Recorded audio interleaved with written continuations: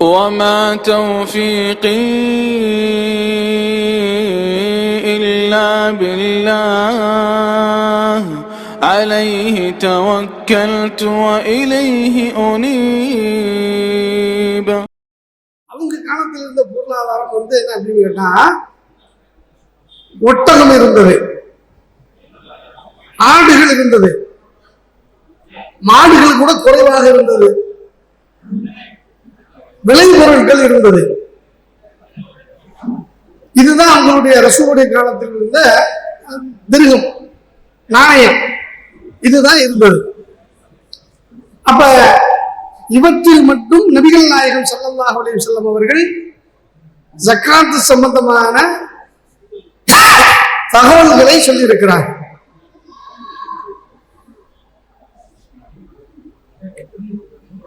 இவற்றில் நிறைய பொருளாதாரம் நம்ம காலத்துல இன்னைக்கு இல்லைங்க.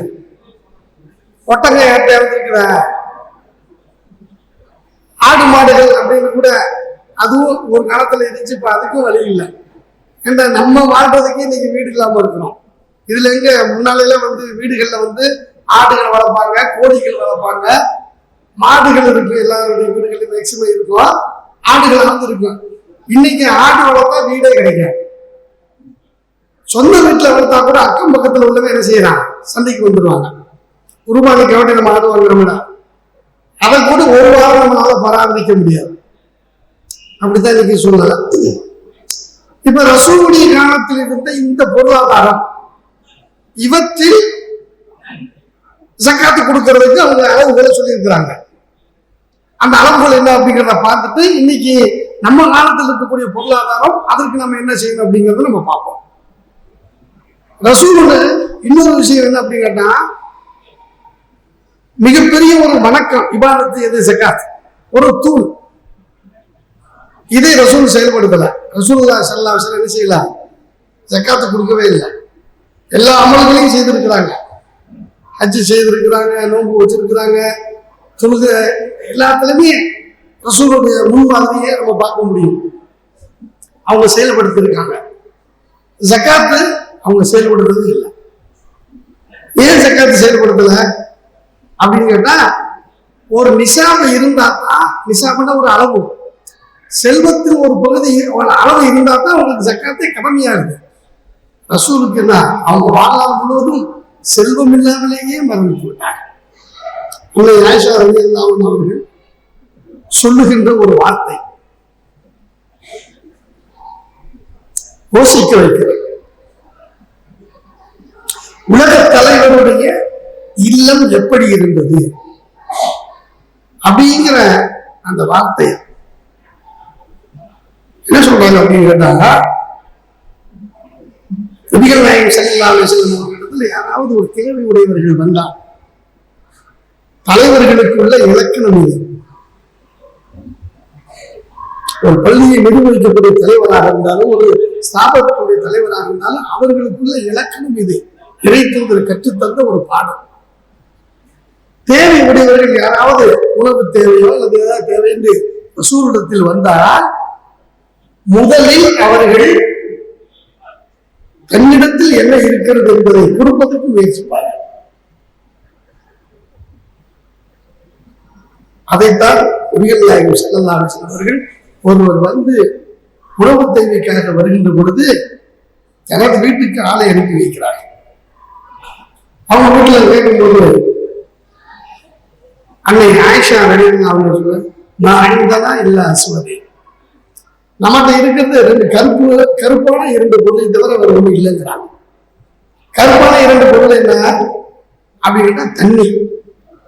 தண்ணீர் கூட தூய்மையான தண்ணீர் இல்லை, நாள்பட்ட தண்ணீர், அந்த மாதிரி தண்ணீர். அதே மாதிரி பேரிச்சம்பழம் இருக்குது பாருங்க. ஒவ்வொரு வருடத்துக்கு தேவையான உணவுகளை நபிகள் நாயகம் ஸல்லல்லாஹு அலைஹி வஸல்லம் அவர்கள் தனது குடும்பத்தின் மனைவிகளுக்கு கொடுத்து விடுவார்கள். பேரிச்சம்பழம் வருது பார்த்தீங்களா, அதான் அவங்களுடைய பிரதான உணவு. அப்ப ஒரு வருடத்திற்கு என்ன தேவைப்படுமோ அந்த உணவை யாருக்கு கொடுத்துருவாங்க? குடும்பத்துக்கு கொடுத்துருவாங்க. அப்ப அந்த நாள்படும் பொழுது அந்த பேரிச்சம்பழம் என்ன ஆயிடும்? கருப்பாயிடும்.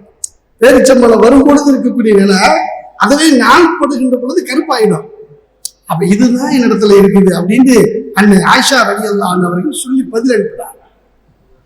இன்னொரு இடத்துல சொன்னாங்க, இறை தூதர் வீட்டுல அவங்க மனைவிமார்கள் வீட்டுல தொடர்ச்சியாக 2 நாட்கள் அடுப்பு எரிந்ததில்லை. தொடர்ச்சியா 2 நாள் என்ன செய்யல, சமைக்கவில்லை என்று சொல்றாங்க. தொடர்ந்து 2 நாள் சமைப்பதற்கு தேவையான உணவு இல்லை. அவ்வளவு வறுமையில வறுமை இல்லை, தன்னிடத்தில் வருகின்ற செல்வத்தை எல்லாம் அவர்கள் உடனடியாக கொடுத்து விடுவார்கள். அப்ப பொருளாதாரம் சேமிக்கொண்டு ஒண்ணு இருந்தா தான், ஒரு அளவு இருந்தா தான் ஜக்காத்து கடமையாகும். எல்லாரும் கொடுக்கணுங்கிறதுல கடமை. அப்ப இறை தூதர் செயல்படுத்தாத ஒரு இபாதத் ஒன்று இருக்குமே இந்த ஜக்காத் தான். ஜக்காத்தை ரசூல் செயல்படுத்தல, காரணம் அவங்கள்ட்ட பொருளாதாரம் இல்லை. ஆனா உலக மக்களுக்கெல்லாம் சொன்னார்கள், நீங்கள் தர்மம் கொடுங்கள் என்று சொன்னார்கள். ஜக்காத்தை பற்றி சட்டத்திட்டங்களை வகுத்து தந்தார்கள். அந்த ரசூல் அதை செயல்படுத்தல, ஆனா அவங்க பொருளாதாரம் இல்லாத. இப்ப என்ன, ஒட்டகத்தை பொறுத்த வரைக்கும் நபிகள் நாயகம் ஸல்லல்லாஹு அலைஹி வஸல்லம் அவர்கள் 5 ஒட்டகங்களுக்கு குறைவாக இருந்தால் ஜக்காத்து கடமை இல்லை அப்படியே சொன்னார். இதுதான் அவர்கள் நிறைவேற்ற அளவுகளிலேயே ஆதாரபூர்வமான ஒரு செய்தி. மாடுகளுக்கெல்லாம் ஒரு அளவு சொல்லி இருக்கிறாங்க.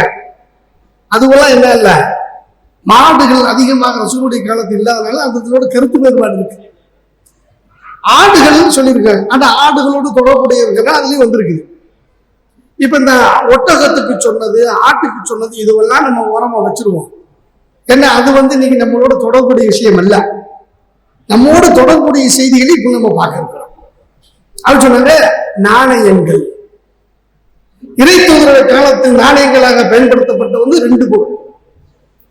என்ன 2 அப்படின்னு கேட்டா, தங்க நாணயம், வெள்ளி நாணயம்.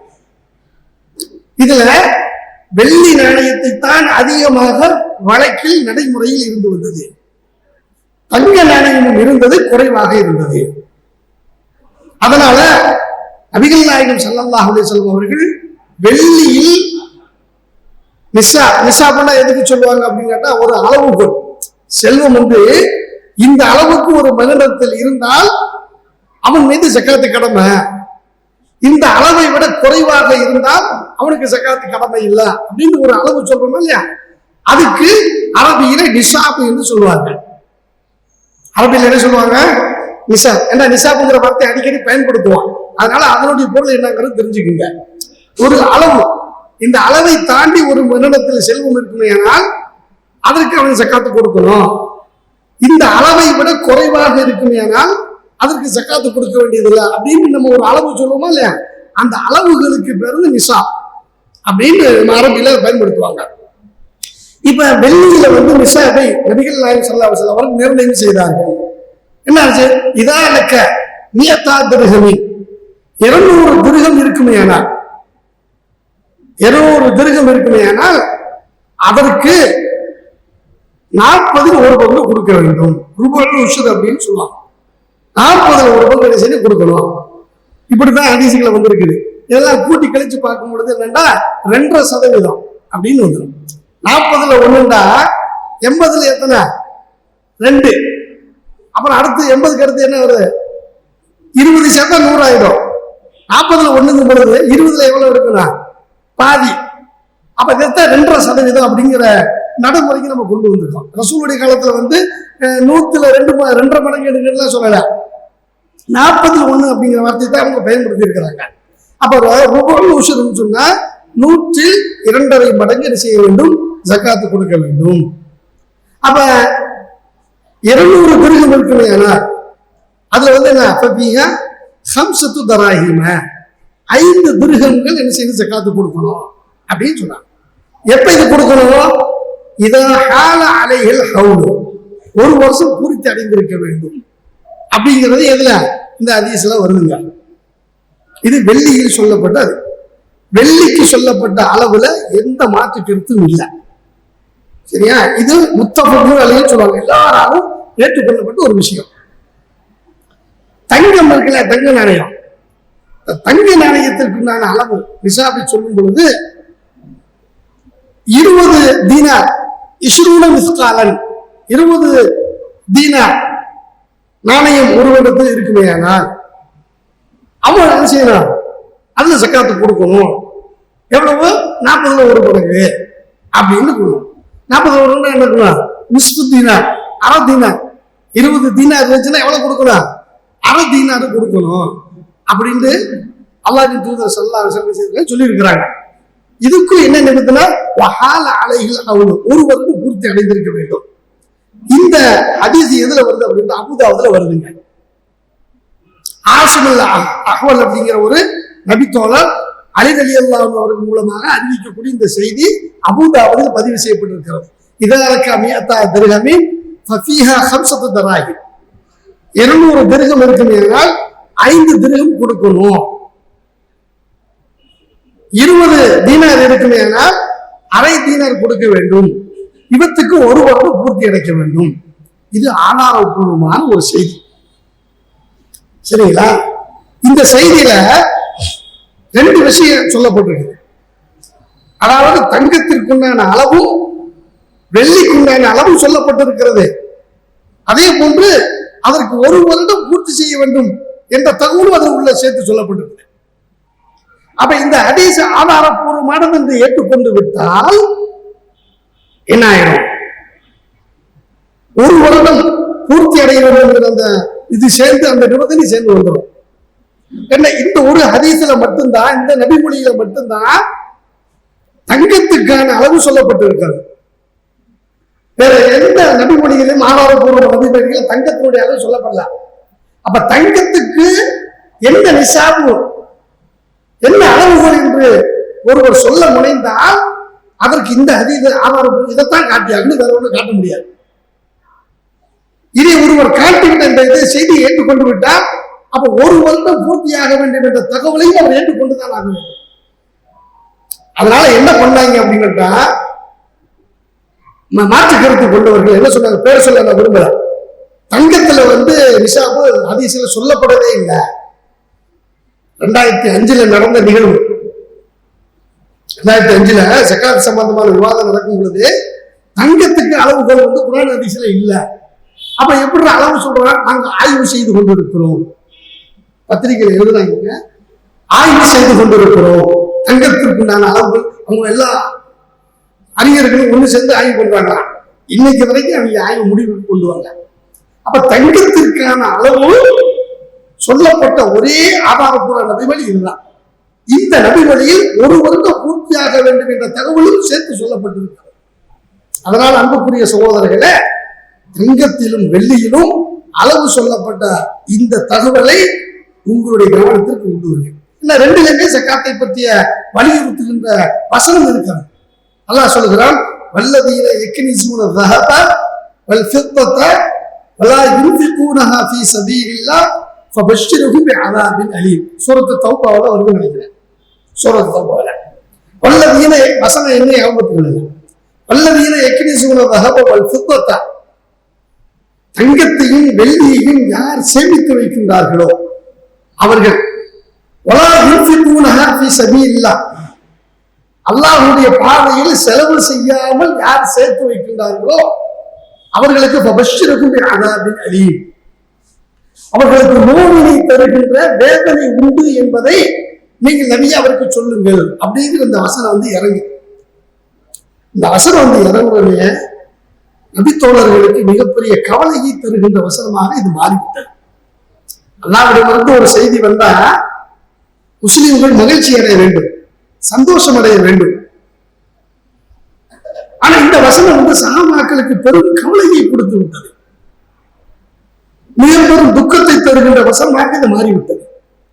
ரசூலுல்லாஹ்கிட்ட போய் எல்லாத்தையும் கேட்கறதுக்கு பயப்படுறாங்க, தயங்குறாங்க. அப்ப உமர் இப்னு கத்தாப் ரலியல்லாஹு அன்ஹு போய் இந்த மாதிரி ஒரு வசனம் வந்திருக்கிறது, சஹாபாக்கள் எங்களுக்கு மத்தியில் ரொம்ப அச்சமாக இருக்குது, என்ன அச்சப்படுறாங்க அப்படின்னு கேட்டா, நாம் சேமித்து வைக்கக்கூடிய இந்த தங்கமும் வெள்ளியும் நாளை மறுமையில் ஹதீஸ்ல வருது எப்படி வருதுன்னா, அது கட்டியை உருக்கப்பட்டு பாலங்களாக அப்படியே ஆக்கப்பட்டு சூடு போடப்படும். துக்குவா பிஹா ஜிபாபுஹும் துஹூருஹும், முதுகுலையும் நெற்றியிலையும் சூடு போடப்பட்டு இதுதான் நீங்க சேமிச்சு வச்சதுன்னு அல்லாஹ் வந்து நாளைக்கு என்ன செய்வான், கண்டிப்பான் என்று வருகிறது வசனம். அப்ப குர்ஆன் எதுவுமே சேர்த்து வைக்க முடியாதா? அப்படி சேர்த்து வச்ச அந்த தண்டனைக்கு ஆளாக வேண்டி இருக்கிறது அப்படின்னு சொல்லிட்டு ரசூல்கிட்ட கேட்கறதுக்கு முனையும் பொழுது யாருக்கும் கேட்கறதுக்கு முடியல. ஒரு வகையான அச்சம். அல்லாஹ்வின் தூதர்களிடத்துல வந்து அது ஒரு பெரிய அல்லாஹ் கொடுத்த மகத்தான ஒரு விஷயம். டக்குன்னு யாரும் போய் என்ன செய்ய முடியாது, பேசிட முடியாது, யாரும் போய் என்ன செய்ய முடியாது. ஒரு பயம். ரசூல் வந்து அப்படி இல்லை, யாரும் தடுக்கல. ரசூல் வந்து யார்கிட்ட யாரும் பிற்பாக்கில் யாரும் போகக்கூடாது, வீட்டு வாசல் ஆரம்பிக்க வச்சு அந்த மாதிரி ரசூல் இல்ல. ஆனா அல்லாஹ் வந்து அப்படி சிலர் முகப்பாவனை எல்லாம் அப்படி வச்சுருந்தான். சிலர் பார்த்தா என்னன்னா பயப்படுறதுக்கு ஒரு அச்சத்தை உண்டு பண்ணும். ஆனா அவங்கள்ட்ட அந்த மாதிரி இருக்காது. ரசூலுடைய தன்மையை பற்றி சொல்லும் பொழுது குழந்தை இடத்தில் கை கொடுத்தார்களே, ஆனால் யாராவது முசாபா செய்தாங்கன்னா அவங்களா கையெடுக்க மாட்டாங்க, நம்மளா கைய விளைக்கிறது தான். அப்படி மிக நெருக்கமாக பழக்கூடிய ஒரு தான் இறை தூதர் சல்லாஸ். அப்ப ஆனா அல்லாஹ் வந்து ஒரு வகையான ஒரு முகப்பாவனையே அப்படி ஏற்படுத்த டக்கு பேர் கேட்க முடியாது. ஜெயினப் இம்ரான் அப்துல்லா இப்னு மஸ்ஊத், அப்துல்லா இப்னு மஸ்ஊதுடைய மனைவி ஜெயினப். அவங்க பெண்களுக்கு மத்தியில இறை தூதர் ஒரு உபதேசம் செய்கிறார்கள். உங்களை நான் அதிகமாக நரகத்தில் காணுகின்றேன், அதனால நீங்க தர்மம் செய்யுங்கள். நீங்கள் அணிகின்ற அழிகடல் நகையும் நாங்க இருந்தாலும் அது வந்து நீங்க தர்மம் பண்ணுங்கன்னு சொல்றாங்க. ஜக்காத்தை வலியுறுத்தி பேசுறாங்க. உடனே வீட்டுக்கு வந்த ஜெயினப் ரலியல்லாஹு அன்ஹு அவர்கள் அப்துல்லா இப்னு மஸ்ஊத் கேட்கிறாங்க. அப்துல்லா இப்னு மஸ்ஊத் ரொம்ப வறுமையில இருக்கிறாங்க. அப்ப வந்து சொல்றாங்க,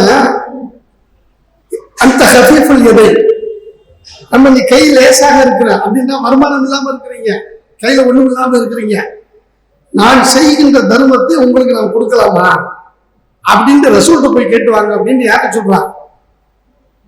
ஜெயினப் ரலியல்லாஹு அன்ஹு அவர்கள் தன் கணவன்கிட்ட சொல்றாங்க, நான் கொடுக்கிற தர்மத்தை உங்களுக்கு கொடுக்கலாமா அப்படின்னு. அவர் அப்துல்லா இப்னு மஸ்ஊத் அந்த நாயகனுக்கு நீ போய் கேட்டுவா அப்படிங்கிறாங்க. நீ தானே செயல்படுத்த போற, நான் போய் எப்படி கேட்கறது, என் மனைவி வந்து நான் சக்காத்தை வாங்கிக்கலாம், நான் எப்படி கேட்கறது, நீ போய் கேட்பா அப்படிங்கிறாங்க.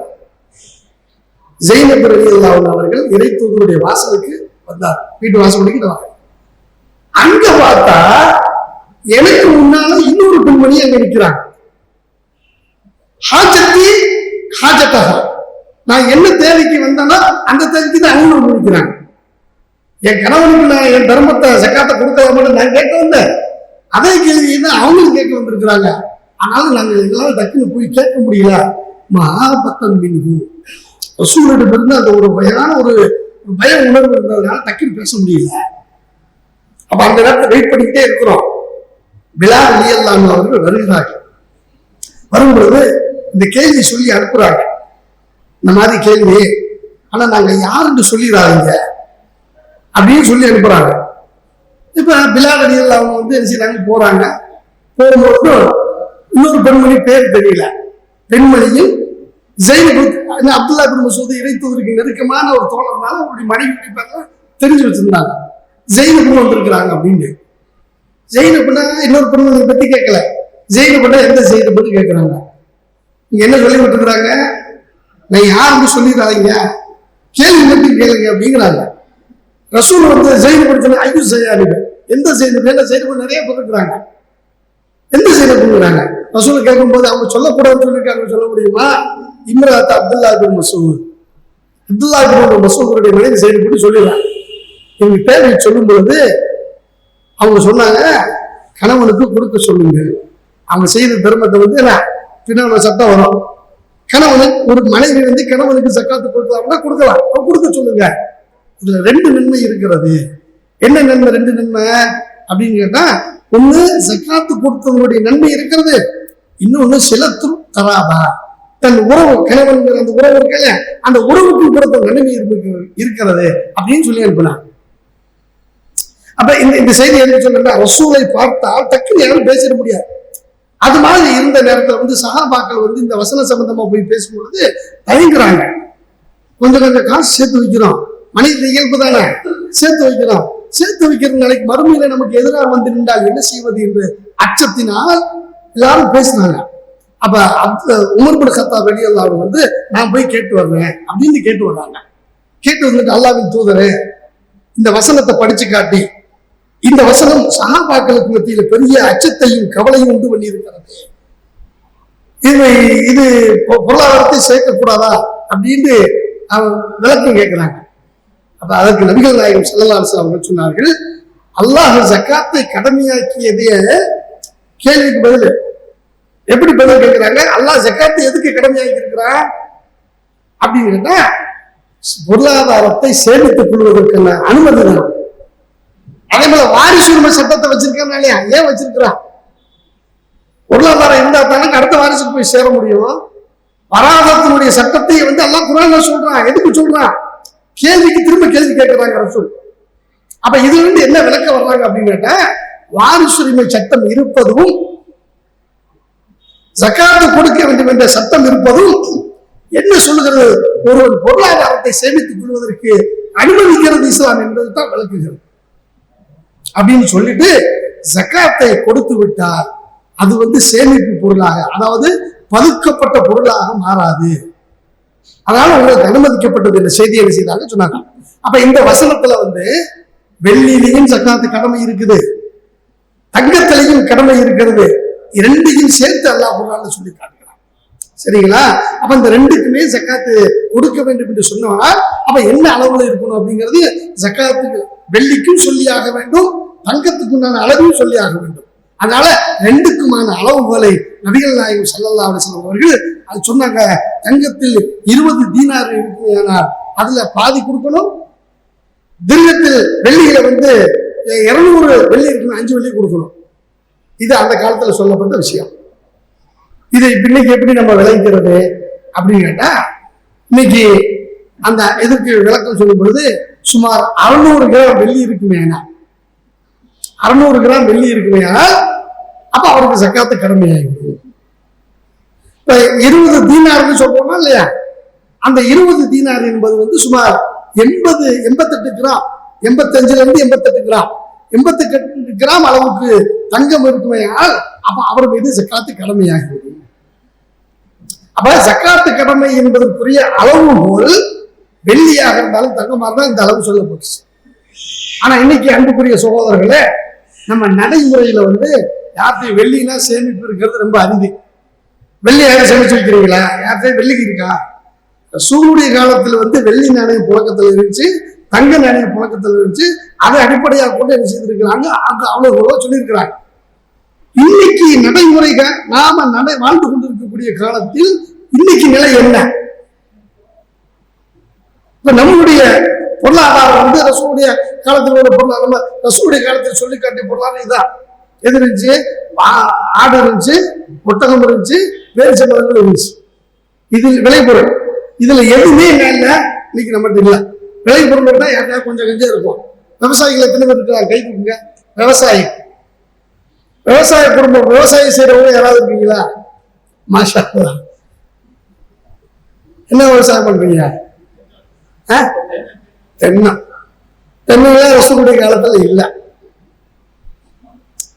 அப்ப நிறைய பொருள் இப்ப நம்ம கையில இருக்கக்கூடிய பொருளாதாரம், நிறைய பொருளாதாரம் ரசூலுடைய காலத்தில் இல்லாத பொருளாதாரத்தில் மிகப்பெரிய புரட்சி ஏற்பட்டு இருக்கிறது. விவசாயத்துல வந்து இன்னைக்கு என்ன தென்னை எல்லாம் இல்ல, நம்ம பண்ற விவசாயங்களே வேற. ஏலக்காய் எஸ்டேட் வச்சிருக்கிறான், ஏலக்காய் எஸ்டேட் இருக்கிறீங்களா, அது வேற. அதே மாதிரி வந்து தொழிற்சாலைகள். இன்னைக்கு மிகப்பெரிய பொருளாதாரம் எதுல போடுறது அப்படின்னா ரியல் எஸ்டேட்ல தான். ஆளை பார்த்தா வெளியில ஒண்ணுமில்லாம தெரியும். பார்த்தா 10 ஏக்கர் 20 ஏக்கருக்கு பிளாட் போட்டு 1 லட்சம் ரூபாய்க்கு வாங்கின பிளாட்டை வந்து ஒரு 2 வருஷம் கழிச்சு 10 லட்சம் ரூபாய்க்கு விட்டுக்கிட்டு இருப்பான் செண்டு. எக்கச்சக்கமான இதுவெல்லாம் ரசூலுடைய காலத்தில் இல்ல. அதே மாதிரி இன்றைக்கு நாம காலத்தில் இருக்கக்கூடியது என்னன்னா, வாடகை பெரிய பெரிய பில்டிங் கட்டி வாடகைக்கு விடுறாங்க. அதுல இன்னைக்கு லட்சமா சம்பாதிக்கிறான். ரொம்ப ஆச்சரியமா இருக்குங்க. இப்ப சமீபத்துல இந்த 1 வாரத்துக்கு முன்னாலதான் ஒரு இடத்துல போய் பார்த்தா, கிட்டத்தட்ட ஒரு 10 ஏக்கர் 15 ஏக்கர் வச்சிருக்கிறான். ஏன்னா அவன் என்ன செட்டு போட்டு வாடகைக்கிறான். செட்டு ஒரு 20,000 சதுரடி 10,000 சதுரடி அப்படின்னு சொல்லிட்டு பேசியே வாடகைக்கு வருவான். சதுரடிக்கு வந்து 20 ரூபா வாடகை. இப்போ 10,000 சதுரடி எவ்வளவு ஆச்சு மாசம் வாடகை? எனக்கு தெரிஞ்சவங்க சொல்லுங்களேன். 10,000 சதுரடி 20 ரூபா அப்படின்னு வச்சோம்னா எவ்வளவு? 2 லட்சமா? 10,000 சதுரடிக்கு 22 வச்சா 2 லட்சத்தே வருதா? 2 லட்சம் மாசத்துக்கு. இப்படியே லட்சமா வந்து என்ன செய்யறான் அப்படின்னு கேட்டா வாடகைக்கு விடுறான். ஒருத்தர் வந்து 12 லட்சம் ரூபாய் வாடகை மட்டும் கொடுக்குறாரு செட்டு போட்டு. இது மாதிரி பல செட்டுகளை வச்சிருக்கிறான்.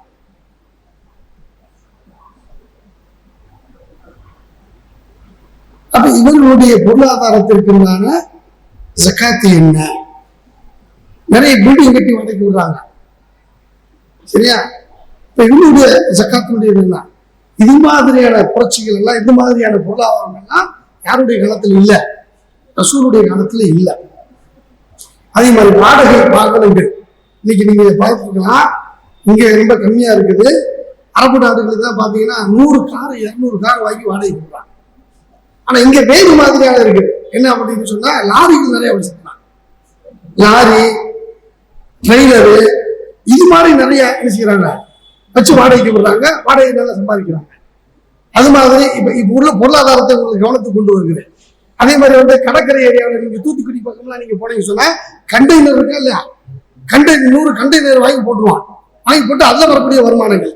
இப்படி நம்ம காலத்தில் இருக்கக்கூடிய இந்த வருமானங்கள், பொருளாதாரங்கள் வந்து ரசூலுடைய காலத்தில் இல்லாத ஒரு வகையான பொருளாதார வளர்ச்சி வந்திருக்கிறது.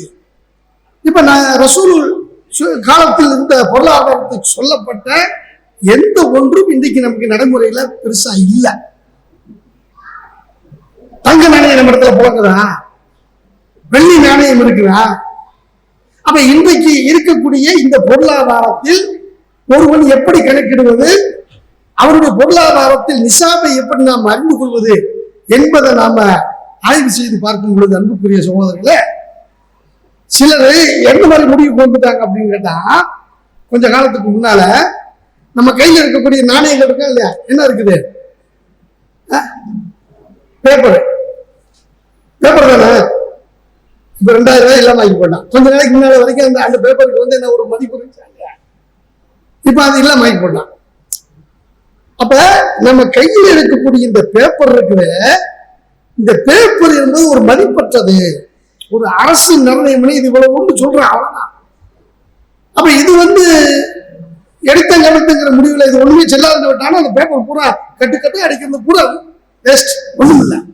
அது நிறைய பேர் இந்த 1500 செல்லாது அறிவிக்கப்பட்ட அந்த காலகட்டத்தில் வந்து இன்னைக்கு வரைக்கும் கூட அடிக்க வச்சு வேடிக்கை பார்த்துக்கிட்டு இருக்கிறாங்க.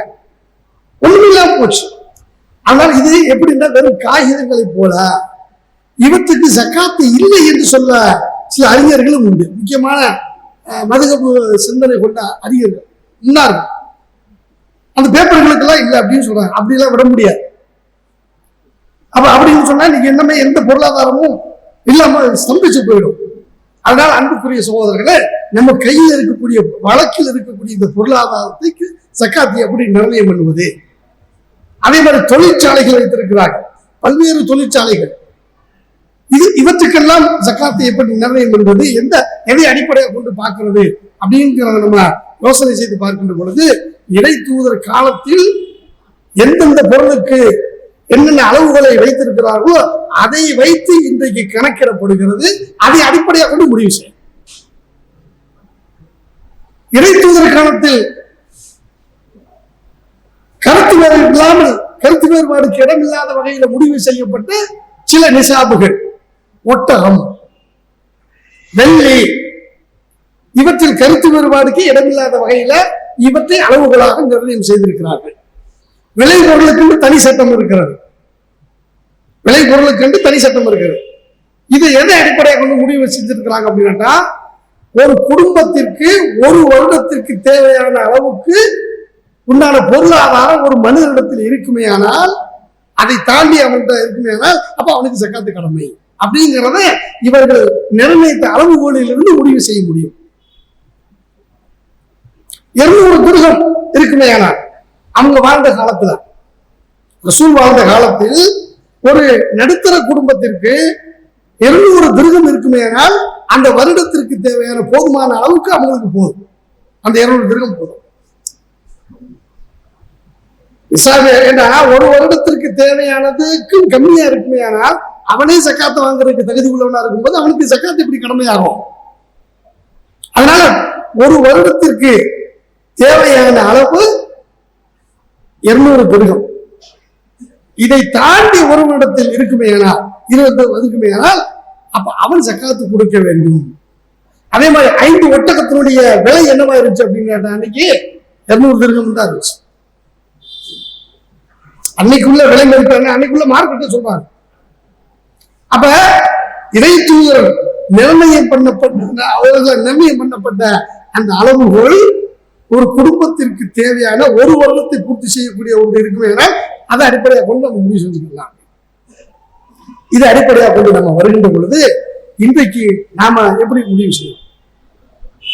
இதை முடிவு செய்யறதுக்கு முன்னால இன்னும் ஒரு சின்ன விஷயத்தை நம்ம புரிந்து கொள்ள வேண்டும். ஜக்காத்து கடமையாகி ஒரு வருடம் பூர்த்தி ஆகும்னு சொல்றோமா இல்லையா? ஜக்காத்து இந்த அளவு இருந்தா கடமையாயிடும். அது எப்ப கொடுக்கணும்னா ஒரு வருஷம் பூர்த்தி அடைந்ததற்கு பிறகுதான் கொடுக்கணும்னு சொல்றான். இந்த சட்டத்தை கொஞ்சம் விளங்கிக் கொள்ள வேண்டும். என்னன்னா ஜக்காத்து கடமை ஆயிடும், ஆனா உடனே கொடுக்க வேண்டியதுல ஒரு வருஷம் கழிச்சு அதை கொடுக்கணும்னு சொல்றதுனால இது எது போல அப்படின்னு கேட்டா, ஒருவன் பருவம் அடைகிறான், ஆணாக இருக்கட்டும் பெண்ணாக இருக்கட்டும், பருவம் அடைந்து விட்டவர்கள் மீது தொழுகை கடமையாகிவிடும். 5 வக்து தொழுகணுமா இல்லையா? பருவம் வந்துருச்சுன்னா என்ன செய்யணும்? அவங்க போய் தொழுகை கடமையாகணும். 5 வக்து தொழுகணும். 5 வக்து எப்ப தொழுகணும்? உடனே போய் தொழுகணுமா? இப்ப 10 மணிக்கு எனக்கு 11 மணிக்கு வந்து பருவம் அடைஞ்சுட்டேன்னு வச்சுக்கிற ஒரு கற்பனைக்கு 11 மணிக்கு நான் 5 நேரம் தொழுகை தொழுகணுமா? என்ன செய்யணும்? அதற்குரிய நேரம் வருகின்ற பொழுது அந்தந்த நேர தொழுகையை நான் நிறைவேற்ற வேண்டும் சொல்லுவாங்க. இது அரபில சொல்லும் போது நஃப்சு உஜூபுல் அதா, அதாவது கடமை என்பது ஏற்படுகிறது ஒரு நேரம், அதை நிறைவேற்ற வேண்டியது என்பது இன்னொரு நேரம். அதுக்கு ஒரு நேரம் வரும்பொழுது இப்ப சென்று வருவதற்குரிய பொருளாதாரமும் உடல் ஆரோக்கியம், மக்காவுக்கு சென்று வருவதற்குரிய பொருளாதாரமும் உடல் ஆரோக்கியம் இருந்தால் ஒருவருக்கு என்ன கடமையாயிடும்?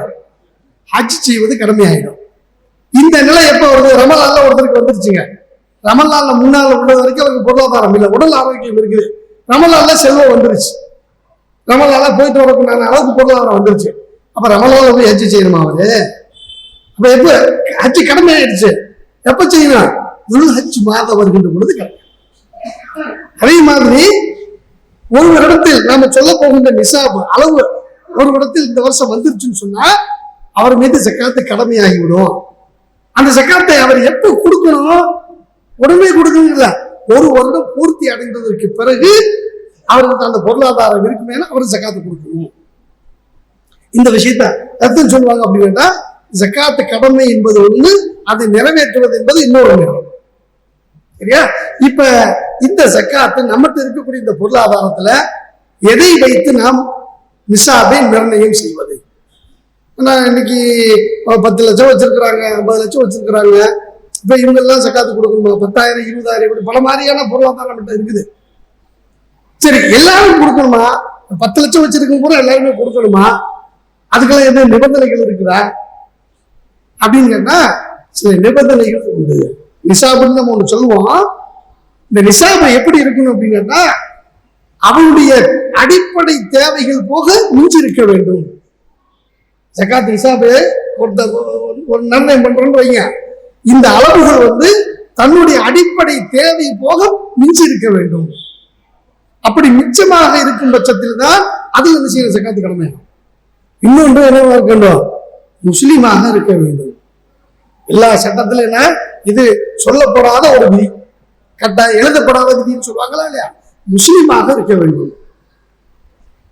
அதே போன்று நாம தேடிய செல்வம் இருக்கா இல்லையா, அது ஹலாலான பொருளாக இருக்க வேண்டும். அது இது ரொம்ப முக்கியமா கவனிக்க வேண்டிய ஒரு விஷயம்.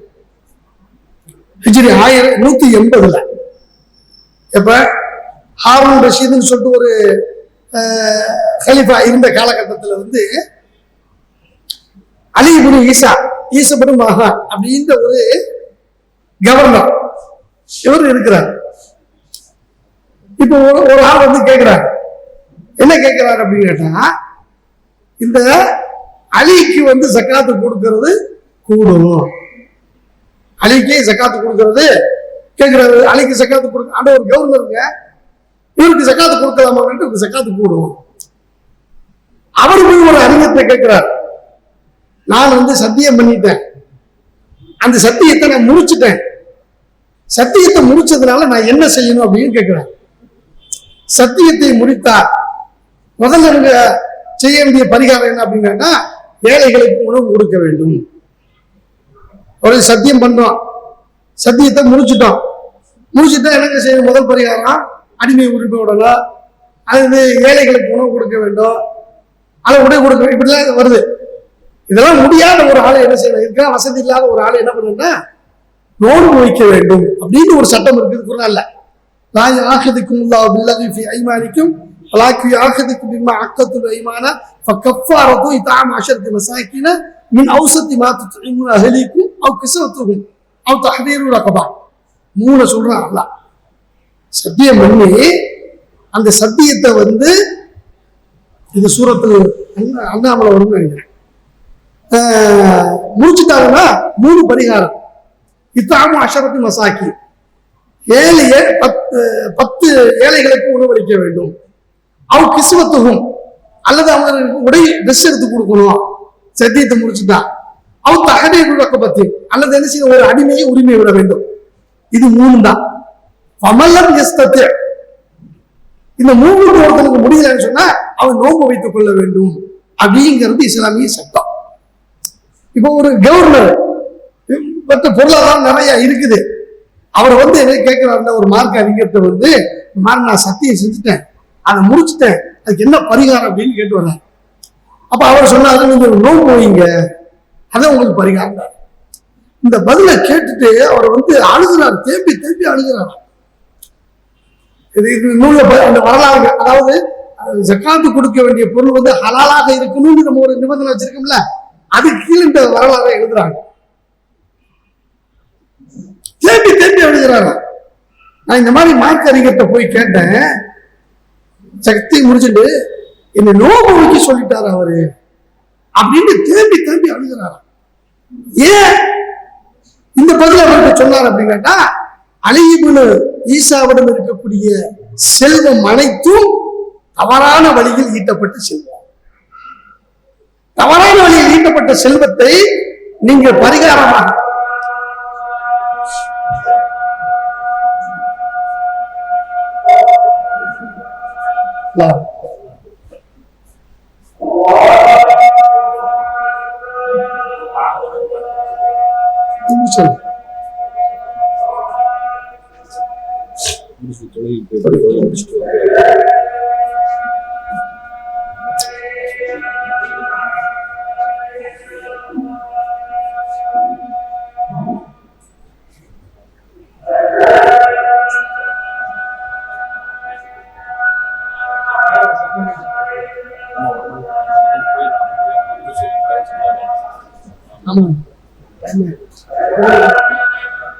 சொல்லி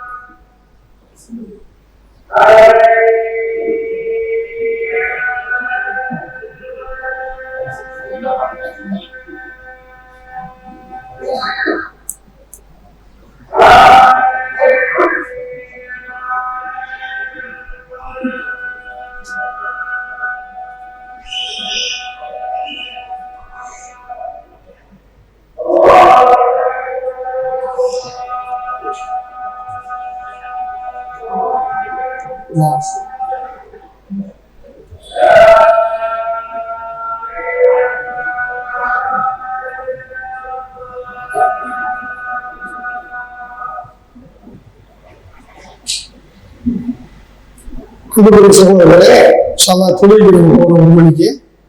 அதை தொடர்ந்து மதிய உணவு இடைவேளை 2:30க்கு நிகழ்வு தொடங்கும். இனிமேல் தான் நம்ம தொடர்புடைய சட்டங்கள், நம்ம கையில் இருக்கக்கூடிய பொருளாதாரம், நகைக்கு ஜக்காத்து உண்டா, மற்ற பொருளாதாரங்களுக்கு என்ன, நம்ம இப்போ தொடர்புடைய விஷயங்கள், முக்கியமான தகவல்கள்லாம் வரும். யாரும் இப்போ கலந்து கொண்டவர்கள் யாரும் மிஸ் ஆகிடாமல் வந்துருங்க இன்ஷா அல்லாஹ்.